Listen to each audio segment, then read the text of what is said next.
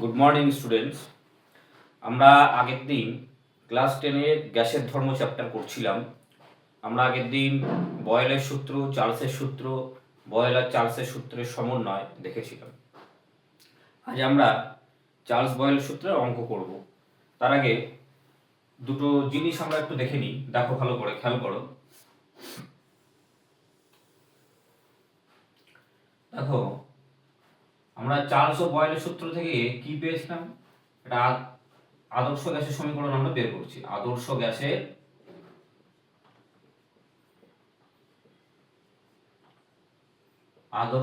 সমীকরণ। চার্লস আর বয়েলের সূত্রের সমন্বয় থেকে কি পেয়েছিলাম? চার্লস ও বয়েলের সূত্রের সমন্বয়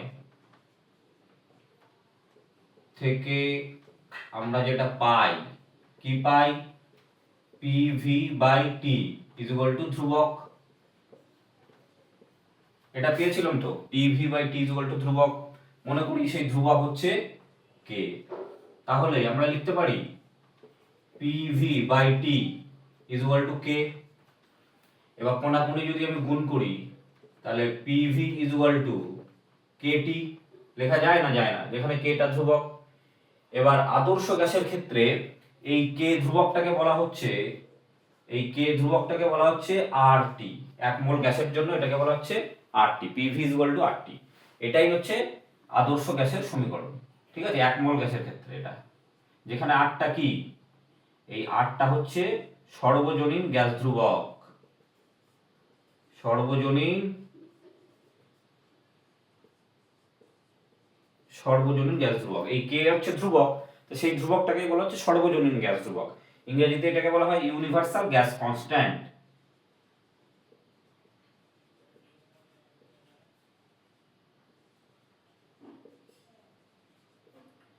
ইউনিভার্সাল গ্যাস কনস্ট্যান্ট।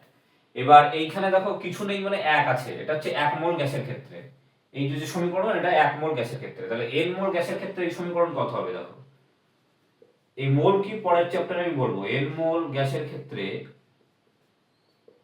মোল জিনিসটা আমি ডিটেলসে পরে বলছি। এন মোল গ্যাসের ক্ষেত্রে এই সমীকরণ কত হবে? এই সমীকরণ হবে PV is equal to N R T, যেখানে n is equal to mole সংখ্যা। n is equal to mole সংখ্যা। এটাই হচ্ছে আদর্শ গ্যাসের সমীকরণ। এই যে এটাই হচ্ছে আদর্শ গ্যাসের সমীকরণ।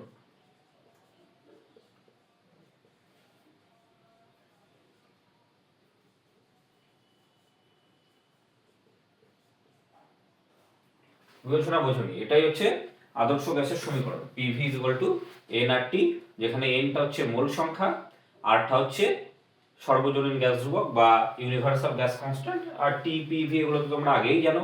পিটা হচ্ছে প্রেসার, ভিটা হচ্ছে ভলিউম বা আয়তন, আর টিটা হচ্ছে তাপমাত্রা কেলভিন স্কেলে। বুঝেছো? তাহলে এটা হচ্ছে আদর্শ গ্যাসের সমীকরণ আমি বের করলাম চার্লস ও বয়েলের সূত্রের সমন্বয় থেকে। আচ্ছা, হয়ে গেলে আমি মুছে দেবো।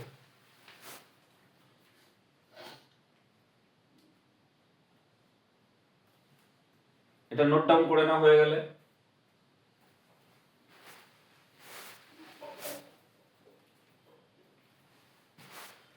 আমি মুছে দেবো এটা।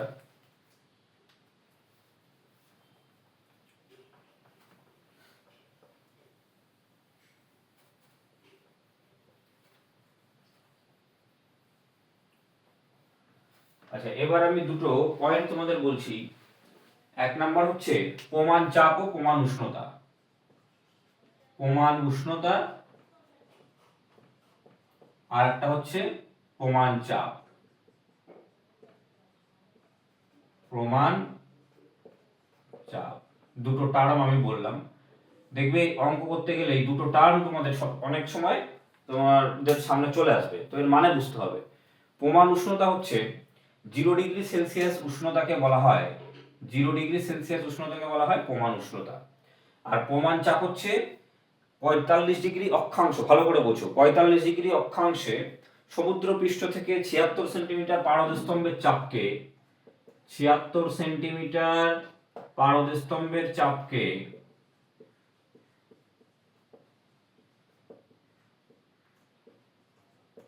বলা হয় প্রমাণ চাপ। আর প্রমাণ উষ্ণতা ও প্রমাণ চাপ দুটো যদি একসঙ্গে বলে দেয়, দেখবে অনেকে বেশি অনেক ক্ষেত্রে এরকম দেখবে যে প্রমাণ উষ্ণতা ও চাপে, এই কথাটার মানে কি? প্রমাণ উষ্ণতা আর চাপে মানে তোমাকে বলে দিয়েছে উষ্ণতা 0°C, চাপ হচ্ছে 76 সেন্টিমিটার পারদস্তম্ভের চাপ, একই সঙ্গে বলে দেওয়া। ইংরেজিতে এটাকে বলা হয় এসটিপি। এসটিপি এসটিপি মানে কি? Standard temperature and pressure. STP মানে standard temperature and pressure.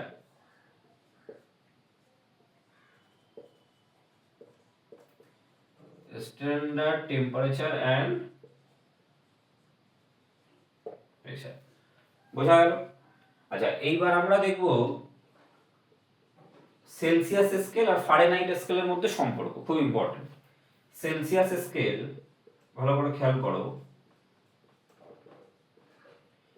Celsius O Fahrenheit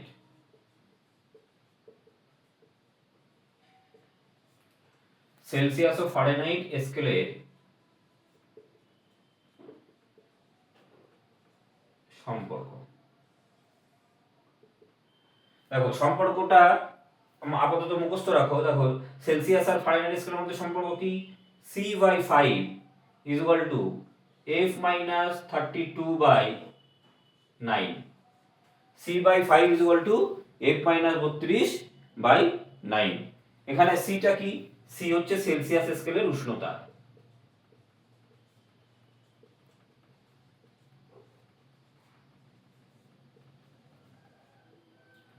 Celsius স্কেলের উষ্ণতা। আর এফটা কি? এফ হলো ফারেনহাইট স্কেলের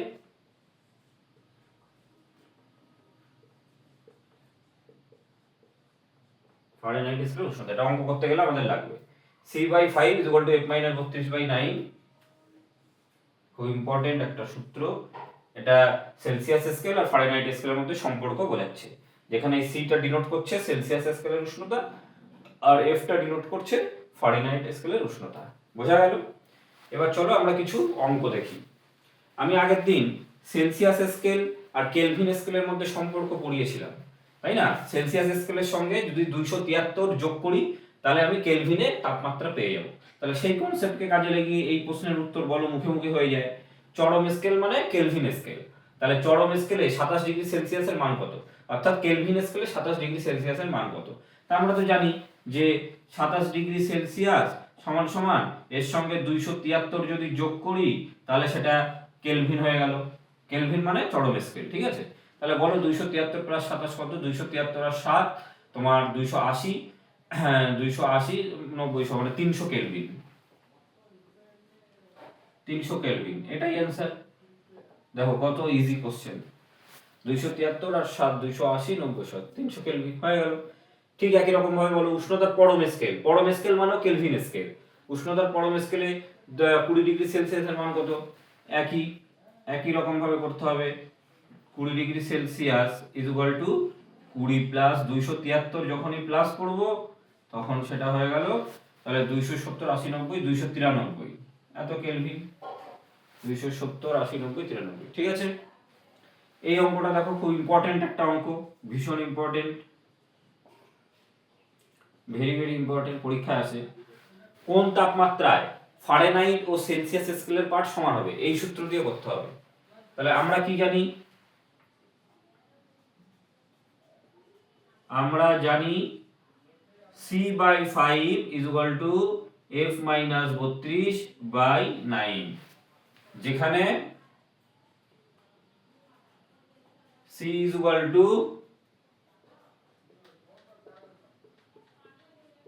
সেলসিয়াস স্কেলের উষ্ণতা আর F =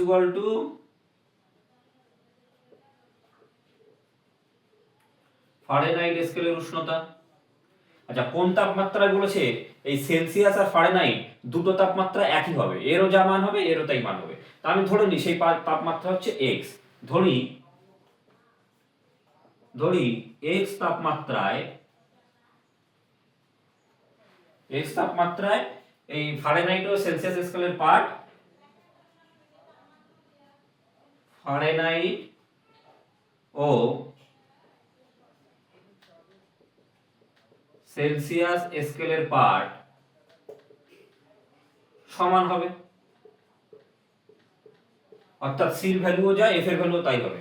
সুতরাং প্রশ্ন অনুসারে আমি কি লিখতে পারি, সি এর ভ্যালুও এক্স, দুটোই সমান, আর এদিকে এফ এর ভ্যালুও এক্স, এই তাপমাত্রাতে দুটো ভ্যালুই সমান। ব্যাস হয়ে গেল। এবার এখান থেকে সমাধান করে এক্স এর মান বের করলে আবার উত্তর বেরিয়ে যাবে। তাহলে এবার তো অঙ্ক, বাকি বাদ বাকি অঙ্ক কিছুই নেই, নরমাল অঙ্ক। এখন আপনি গুণ করলে কি হবে, 9x, এদিকে হচ্ছে 5x, মাইনাস 5 দিয়ে গুণ করলে 5 দুগুণে 10 এর 0 হাতে হলো 1, 3 5 15 16 6 160।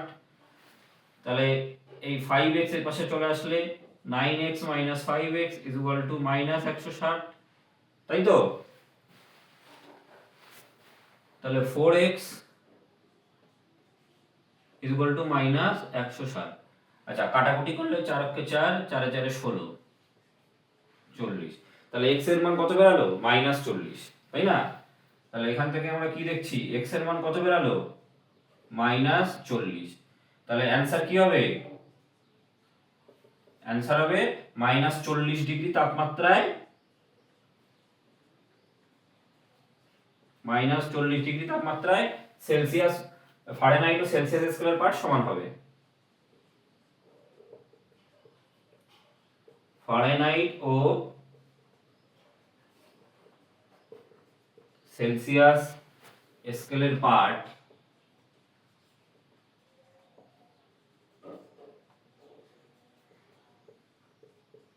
সমান হবে, -40 ডিগ্রি সেলসিয়াস তাপমাত্রায় ফারেনহাইট ও সেলসিয়াস স্কেলের পার্ট সমান হবে। বোঝা গেল? এটা হচ্ছে আমাদের অ্যানসার। তাহলে এই একই ফর্মুলা দিয়ে এই অঙ্কটা করো। কি বলেছে, মানুষের দেহের তাপমাত্রা 35 ডিগ্রি সেলসিয়াস বলে দিয়েছে, ফারেনহাইট স্কেলে এর মান কত। ঠিক একই রকম, এরকম সব লিখে লিখে করতে হবে।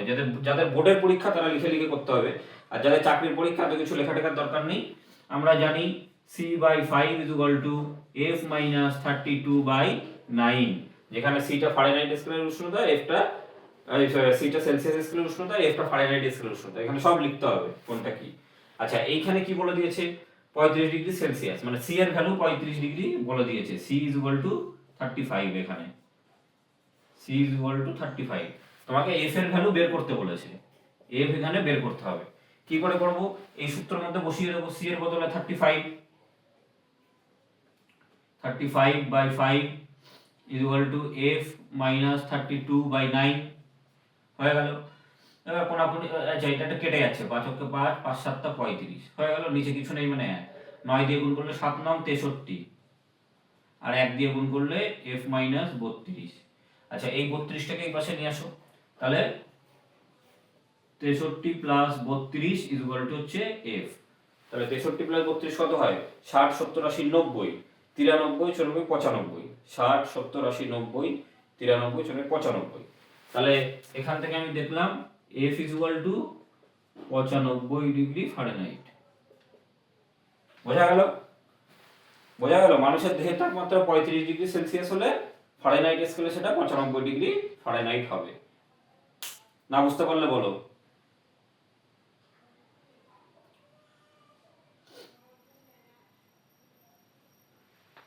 না বুঝতে পারলে বলো কোথাও। তাহলে ফারেনহাইট স্কেলে এর মান কত, মানুষের দেহের তাপমাত্রা 35 ডিগ্রি সেলসিয়াস হলে ফারেনহাইট স্কেলে এর মান 95 ডিগ্রি ফারেনহাইট, এটাই হচ্ছে অ্যানসার। বলো, বুঝতে পেরেছো?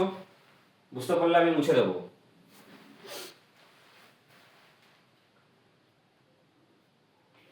মুছে দিলাম, হ্যাঁ।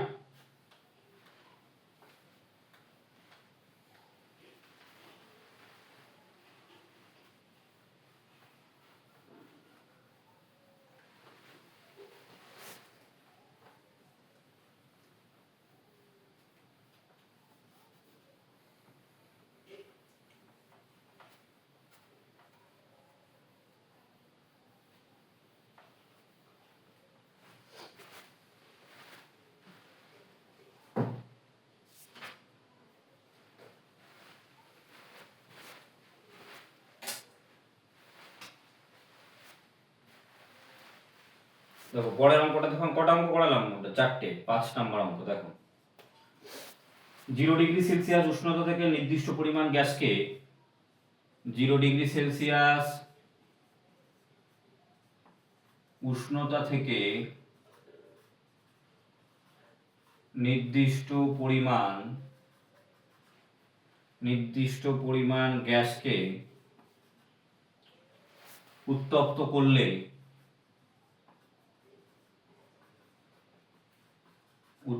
করলে ওর চাপ ও আয়তন উভয় দ্বিগুণ বৃদ্ধি পায়। ওর চাপ ও আয়তন উভয়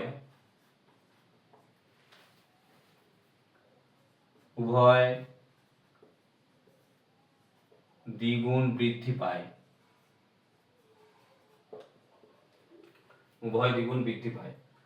ওই গ্যাসের অন্তিম উষ্ণতা কত?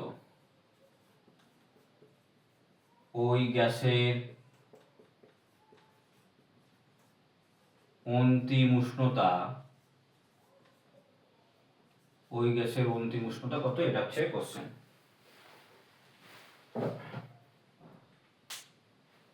কি করে করবো বলো?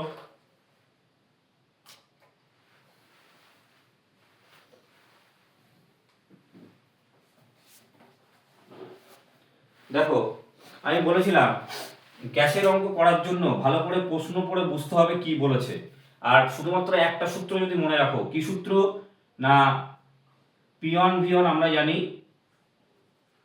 চার্লস বয়েলের সমন্বয় সূত্র থেকে আগের দিন দেখিয়েছি।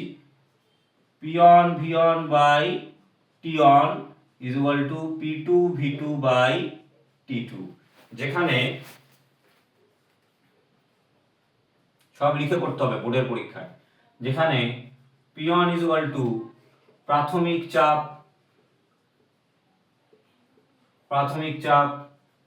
P2 ইজ ইকুয়াল টু অন্তিম চাপ, আর V1 ইজ ইকুয়াল টু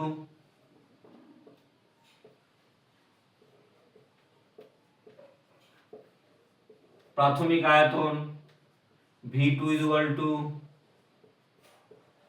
অন্তিম আয়তন, আর T1 ইজ ইকুয়াল টু প্রাথমিক উষ্ণতা, অবশ্যই কেলভিন স্কেলে, এটা কেলভিন স্কেলে, আর T2 ইজ ইকুয়াল টু অন্তিম উষ্ণতা কেলভিন স্কেলে। বোঝা গেল? সব লিখে ফেললাম কোনটা কি। এবার প্রশ্ন পড়ে দেখতে হবে মানে এর মধ্যে কি কি দিয়ে দিয়েছে কি কি দেয়নি, ভালো করে প্রশ্ন পড়ে বুঝতে হবে। আচ্ছা, এই অঙ্কগুলো করার আগে আমি ভালো করে বলে দিই, এই চার্লস বয়েলের সূত্রের অঙ্ক করার আগে টেম্পারেচার সবসময় কেলভিন স্কেলে নিয়ে নিতে হবে।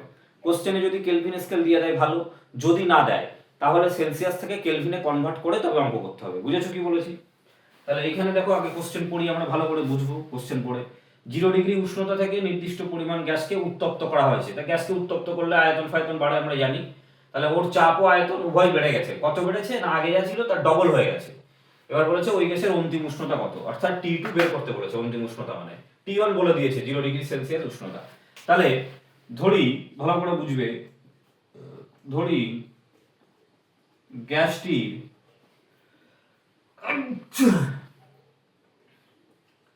প্রাথমিক চাপ P1 is equal to P, তাহলে অন্তিম চাপ কত হবে? অন্তিম চাপ প্রশ্ন পড়ে বলো, সুতরাং অন্তিম চাপ কত হবে? P2 এর মান প্রশ্ন বলে দিয়েছে যে চাপটা ডবল হয়ে যাবে, তার মানে অন্তিম চাপটা ডবল হওয়া মানে কত? P ছিল, ডবল হলে 2P হয়ে যাবে। বুঝেছো? এবার চাপ ও আয়তন উভয় দ্বিগুণ, আয়তনও ডবল হয়েছে। আচ্ছা, গ্যাসটির প্রাথমিক চাপ গেল, এবার হচ্ছে আয়তন। প্রাথমিক আয়তন ধরে নিচ্ছি, এটা প্রাথমিক আয়তন V1 ধরি V, তাহলে অন্তিম আয়তন কত? সুতরাং অন্তিম আয়তন V2। বলেছে আয়তনও ডবল হবে, চাপ ও আয়তন উভয় ডবল হচ্ছে, তাহলে এটাও ডবল হওয়া মানে কত? 2V। ভালো করে বোঝো, প্রশ্নে বলে দিয়েছে চাপ P, আমি ধরে নিলাম যে প্রাথমিক চাপ P1 টা P, আর P2 অন্তিম চাপ সেটা বলেছে ডবল হয়ে যাবে, সেই জন্য 2P হয়ে গেছে। এটাও প্রথমে আয়তন ছিল V, পরে বলেছে আয়তন ডবল হবে, সেই জন্য V2 মান আমি 2V লিখেছি পরেরটা। এবার টেম্পারেচার আমার, তাহলে টেম্পারেচার কত, উষ্ণতা T1 কত, T1 0°C। 0°C থেকে আমি বলেছি সবসময় কেলভিনে নিয়ে করতে হবে, তাই না? 0°C = 0 প্লাস 273 যোগ করলে কেলভিন হয়ে যাবে, তাহলে 273 কেলভিন। বুঝেছো না বোঝনি? আর T2 তোমাকে বের করতে হবে, T2 বের করতে হবে। এই হচ্ছে পুরো অঙ্কটা। এইবার এই ভ্যালুগুলো তুমি এই সূত্রের মধ্যে বসিয়ে দাও। P1 এর ভ্যালু কত, P, সুতরাং এই সূত্রে যদি আমি বসিয়ে দিই তাহলে P1 এর ভ্যালু P লিখলাম, V1 এর ভ্যালু V লিখলাম, আর T1 এর ভ্যালু লিখলাম 273, P2 এর ভ্যালু হচ্ছে 2P, V2 এর ভ্যালু হচ্ছে 2V divided by T2। T2 এর ভ্যালু আমাকে বের করতে হবে, সেই জন্য T2 ই রেখেছি। এবার দেখো তাহলে পরের লাইনে কি হবে, PV বাই 273 ইকুয়াল টু, এটা গুণ করলে কত হয়, 4PV বাই T2। PV কেটে গেল, উপরে কিছু নেই মানে 1 থাকলো। আচ্ছা, কোণাকুণি গুণ করলে T2 ইকুয়াল টু কত বেরাবে, T2 ইকুয়াল টু 4 × 273, মানে 3 4 12 2, হাতে হলো 1, 4 7 28 কে 29 এর 9, হাতে হলো 2, 4 2 18 কে 9। দেখো গুণটা ঠিক করলাম, 3 4 12 2, হাতে হলো 1, 4 7 28 কে 29 এর 9, হাতে হলো 2, 4 2 8, আর 2 10 এর 0, হাতে হলো 1, 1092। 3 4 12 2, হাতে হলো 1, 4 7 28 29 এর 9, হাতে হলো 2, 4 2 8, হ্যাঁ এত কেলভিন। এটা কত কিসে বেরিয়েছে, কেলভিন। এবার তুমি যদি কিছু না বলে তুমি কেলভিনে রাখতেই পারো, কিন্তু যদি উত্তর সেলসিয়াসে চায় তাহলে কি করব, কেলভিন থেকে সেলসিয়াসে কি করে নেব, সেলসিয়াস থেকে কেলভিনে নিতে গেলে যেমন 273 যোগ করতে হয়, তেমনি কেলভিন থেকে সেলসিয়াসে আনতে গেলে 273 বিয়োগ করে দিতে হয়, তাহলেই আমি সেলসিয়াসে পেয়ে যাব। তাহলে এই কেলভিন থেকে যদি আমি সেলসিয়াসে আনতে চাই তাহলে 1092 থেকে -273 করে দিলে আমি সেটা সেলসিয়াসে পেয়ে যাব। তাহলে 1092 থেকে 273 বাদ দিলে কত থাকে,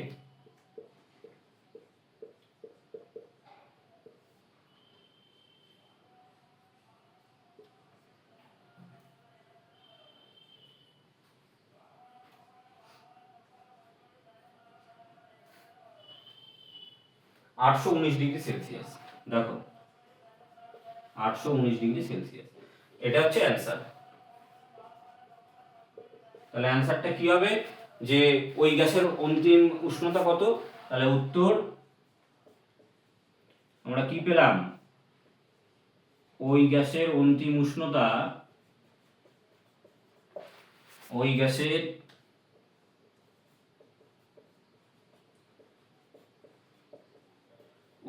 অন্তিম উষ্ণতা 819°C।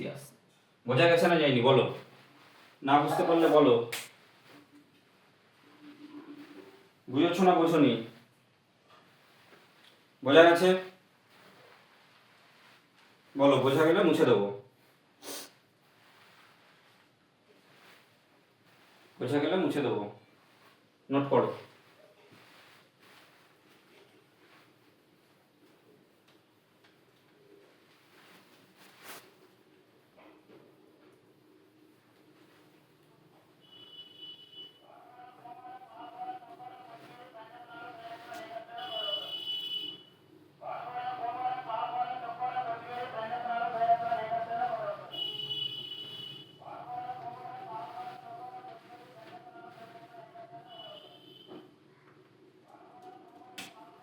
পরের অঙ্কটা দেখো,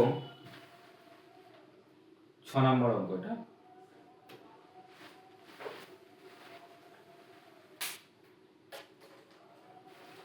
বলেছে নির্দিষ্ট ভর বিশিষ্ট কোনো গ্যাসকে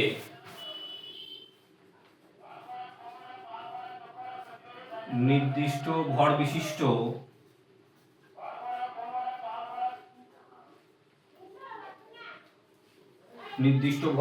কোনো গ্যাসকে নির্দিষ্ট চাপে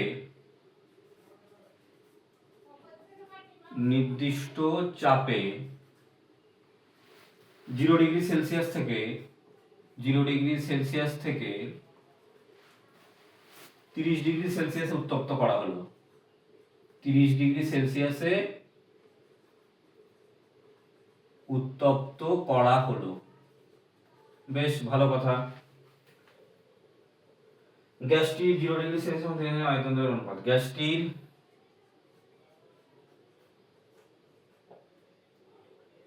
0 ডিগ্রি সেলসিয়াস থেকে 0 ডিগ্রি সেলসিয়াস এবং 30 ডিগ্রি সেলসিয়াস, 0 ডিগ্রি সেলসিয়াস এবং 30 ডিগ্রি সেলসিয়াস সে আয়তন দ্বয়ের অনুপাত, আয়তন দ্বয়ের অনুপাত নির্ণয় করো। এই হলো অঙ্কটা। প্রশ্ন ভালো করে বুঝবে। আমি বলেছি আলাদা করে চার্লস বয়েল ময়েল ওই সব সূত্র লাগবে না, প্রশ্ন বুঝলে একটা সূত্রতেই কাজ হয়ে যাবে। নির্দিষ্ট ভর, নির্দিষ্ট কোনো গ্যাসকে নির্দিষ্ট চাপ বলেছে, তাহলে চাপের কোনো চেঞ্জ হয়নি, চাপ আগেও যা ছিল পরেও তাই আছে, ধ্রুবক আছে। নির্দিষ্ট বলা মানে ফিক্সড, এটা বুঝবে। কিন্তু দেখো টেম্পারেচার কি করেছে, 0 ডিগ্রি সেলসিয়াস থেকে 30 ডিগ্রি সেলসিয়াস করেছে। বাহ, তাহলে উত্তপ্ত করলো গ্যাসটির 0 ডিগ্রি সেলসিয়াসে যে আয়তন ছিল আর 30 ডিগ্রি সেলসিয়াসে যে আয়তন হয়েছে তার অনুপাত, অর্থাৎ V1:V2 বের করতে বলেছে। প্রথমে টেম্পারেচার এত ছিল, পরে এত হয়েছে, এই দুটো টেম্পারেচারে তাদের আয়তন কত আছে তার অনুপাত বের করতে বলেছে। অর্থাৎ এই টেম্পারেচারে প্রাথমিক আয়তন V1 আর অন্তিম আয়তন V2, তাহলে V1:V2 বের করতে বলেছে। P1 আর P2 এর মান একটা নির্দিষ্ট বলে দিয়েছে, দুটো একই, P1 = P2 সেটা নির্দিষ্ট, সেটা ধরে নিলাম P। হ্যাঁ, আর টেম্পারেচার তো বলেই দিয়েছে। তাহলে আমরা জানি ওই একটা সূত্র দিয়ে সব অঙ্ক হবে। আমরা জানি P1 V1/T1 = P2 V2/T2 লিখতে হবে এখানে, যেখানে P1 = প্রাথমিক চাপ, V1 = প্রাথমিক আয়তন, T1 = প্রাথমিক উষ্ণতা, P2 = অন্তিম চাপ, V2 = অন্তিম আয়তন, T2 = অন্তিম তাপমাত্রা বা উষ্ণতা। হলো। তাহলে এইখানে কোনটা কি দেখো, এখানে P1 আর P2 দুটো একই বলে দিয়েছে, নির্দিষ্ট বলে দিয়েছে, প্রশ্ন পড়ে বুঝতে হবে নির্দিষ্ট চাপ, অর্থাৎ আগে যা ছিল পরেও তাই আছে। তাহলে P1 = P2 সেটার মান হচ্ছে P ধরে নিলাম। আর এখানে T1 টার মান কত, T1 এর মান বলেছে 0 ডিগ্রি সেলসিয়াস। আমি বলেছি সবসময় এটাকে কেলভিনে নিয়ে করতে, কেলভিনে নিতে গেলে 273 যোগ, তাহলে 273 কেলভিন। আর T2 এর মান কত বলে দিয়েছে, 30 ডিগ্রি সেলসিয়াস। 30 ডিগ্রি সেলসিয়াস মানে 30 প্লাস 273, তাহলে 270 80 90 100 303 কেলভিন, 303 কেলভিন হয়ে গেল। এবার V1 আর ধরি, এটা তো মানে লিখতেই হবে যে এখানে প্রাথমিক আয়তন হচ্ছে V1 আর অন্তিম আয়তন V2।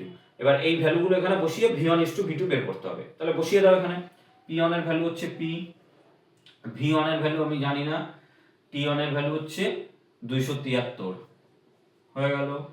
P2 এর ভ্যালু হচ্ছে P, V2 এর ভ্যালু জানি না, T2 এর ভ্যালু হচ্ছে 303। আচ্ছা, এবার কোনাকুনি গুণ করো, হ্যাঁ P কেটে গেল। আচ্ছা, V2 টাকে এই পাশে নিয়ে আসলাম, তাহলে গুণ ছিল এখানে এসে ভাগ হয়ে গেল, আর এই 273 পাশে গিয়ে উপরে চলে গেল। এই তো V1:V2 বেরিয়ে গেল। এবার যদি কাটাকুটি যায় করো, আর না গেলে এরকমই থাকবে। ঠিক আছে, যদি কাটাকুটি না যায় 6 7 8 9 10 11 12 3, আচ্ছা 3 দিয়ে কাটাকুটি যায়, 7 8 9 3 দিয়ে 3 নং 27, 3 অক্ষে 3, 3 অক্ষে 3, ব্যাস এই। আর দেখো যাচ্ছে না মনে হয় কাটাকুটি, তাহলে V1:V2 কত পেলাম, 91:101, এটাই অ্যান্সার। বোর্ডের পরীক্ষায় ওদের সব লিখে করতে হবে যে উত্তর গ্যাসটির 0 ডিগ্রি সেলসিয়াস এবং 30 ডিগ্রি সেলসিয়াসে আয়তন দ্বয়ের অনুপাত 91:101। বুঝেছো না বসুনি বলো, না বুঝতে পারলে বলো। বুঝেছো? আজকে তাহলে এই পর্যন্ত থাক, আমি এর পরের দিন আরো কিছু অঙ্ক দেখাবো। ঠিক আছে, ভালো করে প্র্যাকটিস করো। আর এর পরের দিন আমি ইম্পর্টেন্ট কোশ্চেনও বলে দেবো এই চ্যাপ্টার থেকে। আর ভিডিওটা যদি ভালো লাগে একটা লাইক করে দাও, শেয়ার করো বন্ধুদের সঙ্গে, সাবস্ক্রাইব করো এবং বেল আইকনটি প্রেস করে দাও যাতে নতুন ভিডিও করলে তোমরা নোটিফিকেশনটা পেতে পারো। চলো টাটা।